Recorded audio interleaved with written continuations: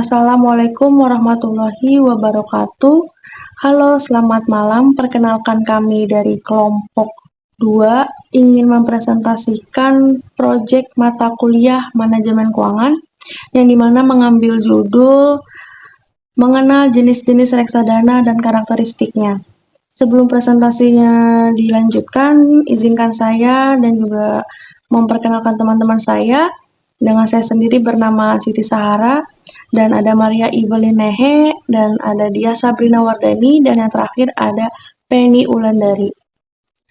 Baik, untuk slide selanjutnya di sini ada mengenai latar belakang pengertian dari pasar modal, yang dimana pasar modal merupakan pasar untuk berbagai instrumen keuangan jangka panjang yang bisa diperjualbelikan, baik berupa surat utang, equity, reksadana, instrumen derivatif maupun instrumen lainnya.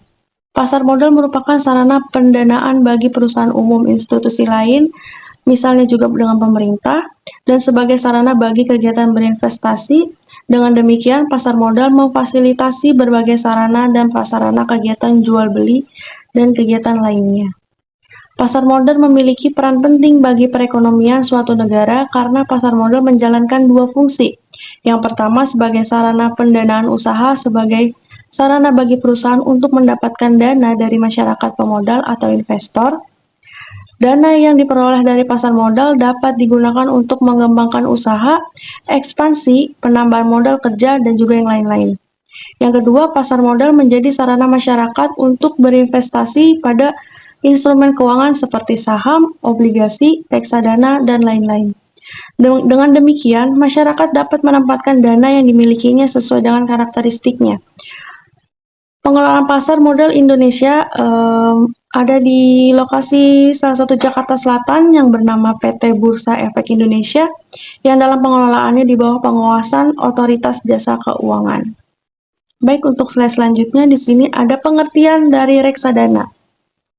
Di sini saya mengambil materi pasar modal reksadana, yang dimana merupakan salah satu alternatif investasi bagi masyarakat pemodal, khususnya pemodal kecil dan pemodal yang tidak memiliki banyak waktu dan keahlian untuk menghitung resiko atas investasi mereka.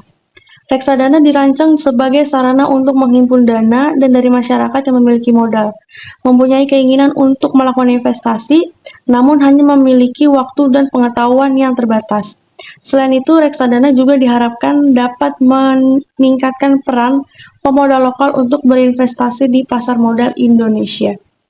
Baik, untuk slide selanjutnya, di sini ada jenis-jenis reksadana dibagi menjadi 9 jenis. Yang pertama itu reksadana pasar uang, dan yang kedua reksadana pendapatan tetap, dan yang ketiga reksadana saham, yang keempat reksadana indeks, dan yang kelima reksadana terproteksi, dan keenam reksadana syariah, yang ketujuh reksadana ETF atau Exchange Trade Fund.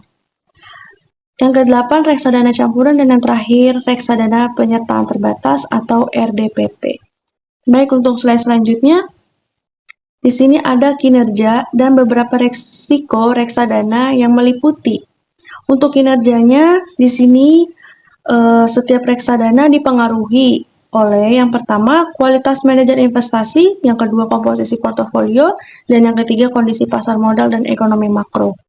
Dan di sini juga ada beberapa resiko utama dalam rangka reksadana, meliputi seperti ada resiko di pasar, yang dimana perubahan harga efek dalam portofolio, resiko likuiditas, yang dimana kesulitan menjual aset pada waktu tertentu, dan yang ketiga ada resiko kredit, gagal bayar dan emiten, dan yang terakhir ada resiko operasional, yang dimana kesalahan sistem atau kelalaian.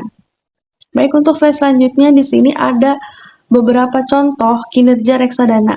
Sebelum saya menjelaskan apa saja contoh dari reksadana ini, di sini saya ingin menjelaskan sedikit pengertian dari reksadana ya. Reksadana adalah instrumen investasi yang mengumpulkan dana dari investor untuk diinvestasikan dalam portofolio aset seperti saham, obligasi, atau campuran keduanya.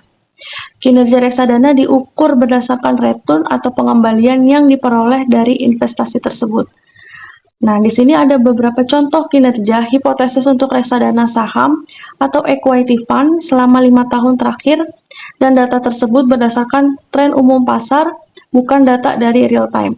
Yang pertama itu ada return tahunan rata-rata 8-12%, tergantung kondisi pasar. Misalnya jika pasar saham naik 10%, reksadana mungkin menghasilkan return sekitar 9-11% biaya pengelolaannya. Dan yang kedua, performa versus benchmark, yang dimana dapat dibandingkan indeks seperti IHSG atau Indonesia Composite Index. Reksadana mungkin outperform atau melebihi atau juga bisa underperform. Contoh, jika IHSG naik 15%, reksadana bisa naik sebesar 13% jika ada volatilitas tinggi. Nah, dan yang ketiga, total return kumulatif ini selama 5 tahun, investasi awal di 10 juta bisa menjadi 14-16 juta dengan asumsi inflasi 3-5%-nya per tahun. Dan keempat, faktor pengaruh.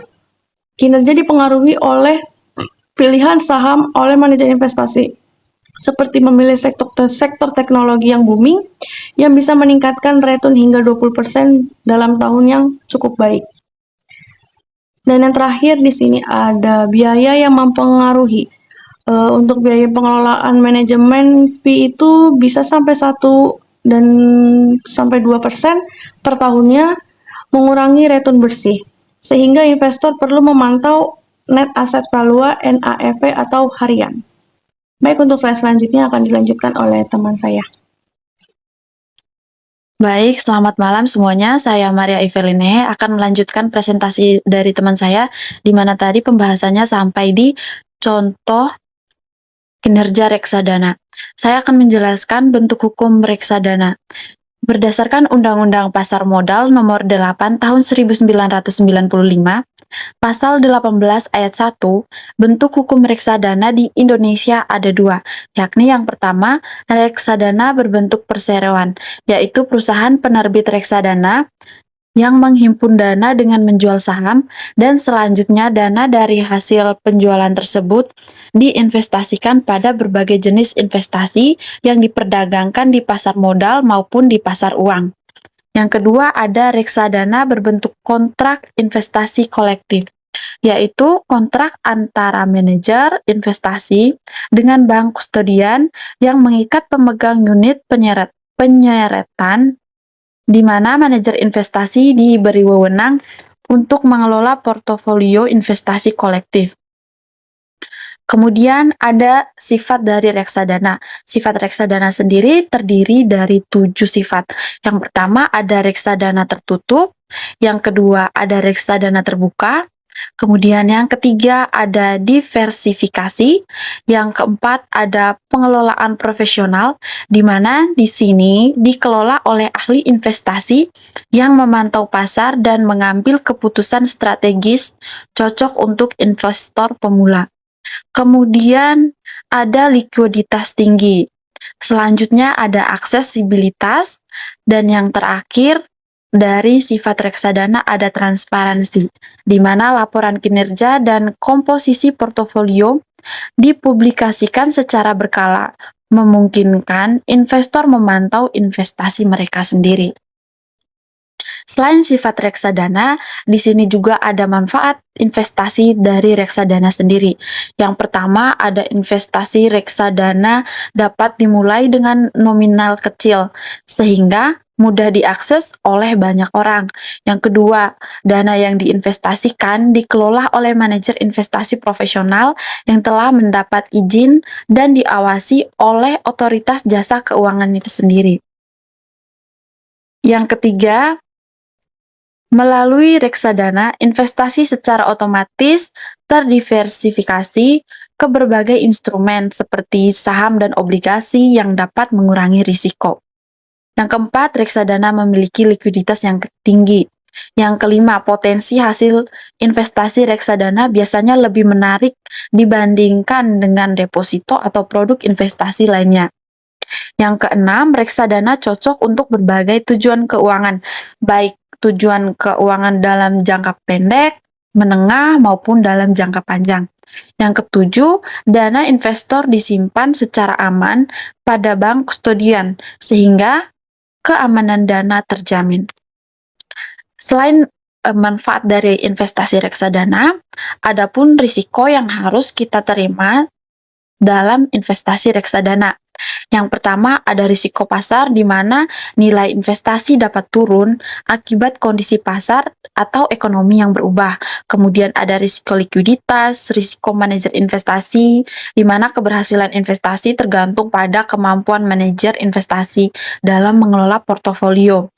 Kemudian ada risiko prestasi. Dalam risiko ini akan adanya kemungkinan pihak yang dijadikan tempat investasi gagal memenuhi kewajibannya. Yang kelima ada risiko penurunan nilai. Yang keenam ada ketidakpastian imbal hasil.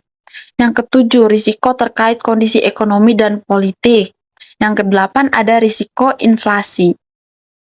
Selain risiko dalam investasi reksadana, di sini juga kita bisa memperoleh keuntungan dari investasi reksadana. Nah, untuk keuntungan dari investasi reksadana akan dijelaskan oleh teman saya. Sekian dan terima kasih. Baik, saya Penny Landari. Saya akan menjelaskan keuntungan dari reksadana. Manfaat atau keuntungan yang diperoleh per modal jika melakukan investasi dalam reksadana antara lain adalah 1. Risiko lebih rendah. 2. Investasi lebih mudah. 3. Efisiensi waktu. 4. Modal terjangkau. 5. Dikelola oleh manajer investasi profesional. 6. Likuiditas tinggi. 7. Diawasi oleh Otoritas Jasa Keuangan atau OJK.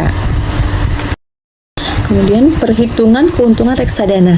Berikut adalah contoh dari perhitungan keuntungan reksadana per bulannya. Modal awal deposito 10 juta, reksadana pasar uang menjadi 10 juta.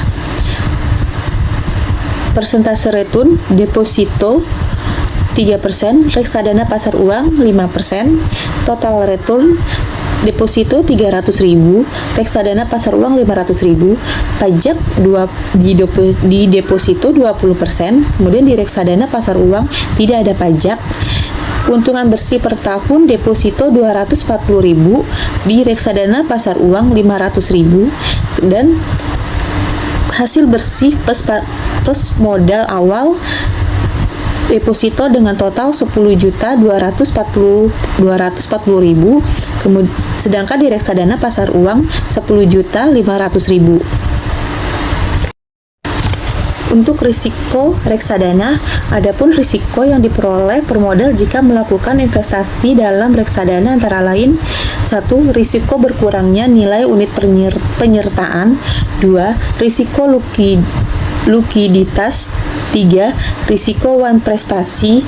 4. Risiko penurunan NAB. 5. Risiko suku bunga. Cara investasi reksadana. Berikut adalah cara-cara berinvestasi reksadana. 1. Tentukan tujuan investasi dan profil risiko. 2. Pilih platform investasi yang terpercaya.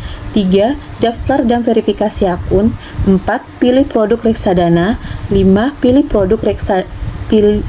Pantau kinerja secara berkala. A few moments later. Oke, baik, selanjutnya saya akan membacakan tipe-tipe reksadana. Ada 3 macam tipe reksadana, diantaranya ada reksadana pasar uang, reksadana dana tetap, dan reksadana saham. Reksadana pasar uang ialah jenis reksadana yang menginvestasikan dana pada instrumen pasar uang jangka pendek seperti deposito dan obligasi dengan jatuh tempo kurang dari 1 tahun. Reksadana dana tetap ialah jenis reksadana yang mengalokasikan mayoritas dananya minimal 80% ke dalam instrumen utang seperti obligasi pemerintah atau koperasi. 3. Ada jenis reksadana saham. Jenis reksadana ini mengalokasikan minimal 80% dananya untuk investasi saham.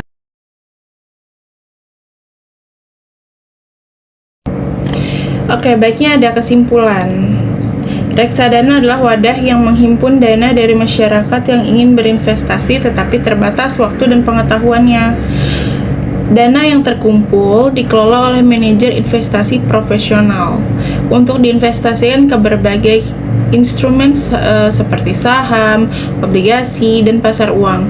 Reksadana memberikan kemudahan akses investasi dengan modal awal kecil, risiko yang terdiverifikasi, likuiditas tinggi, transparansi informasi, dan biaya yang relatif rendah. Jenis reksadana beragam meliputi pasar uang, pendapatan tetap, saham, indeks, reksadana syariah, dan lainnya yang bisa disesuaikan dengan profil risiko dan tujuan investasi masing-masing. Selanjutnya ada saran. Investor disarankan untuk memahami dengan baik karakteristik dan risiko dari masing-masing jenis reksadana, serta menyesuaikan dengan profil risiko dan tujuan keuangan pribadi.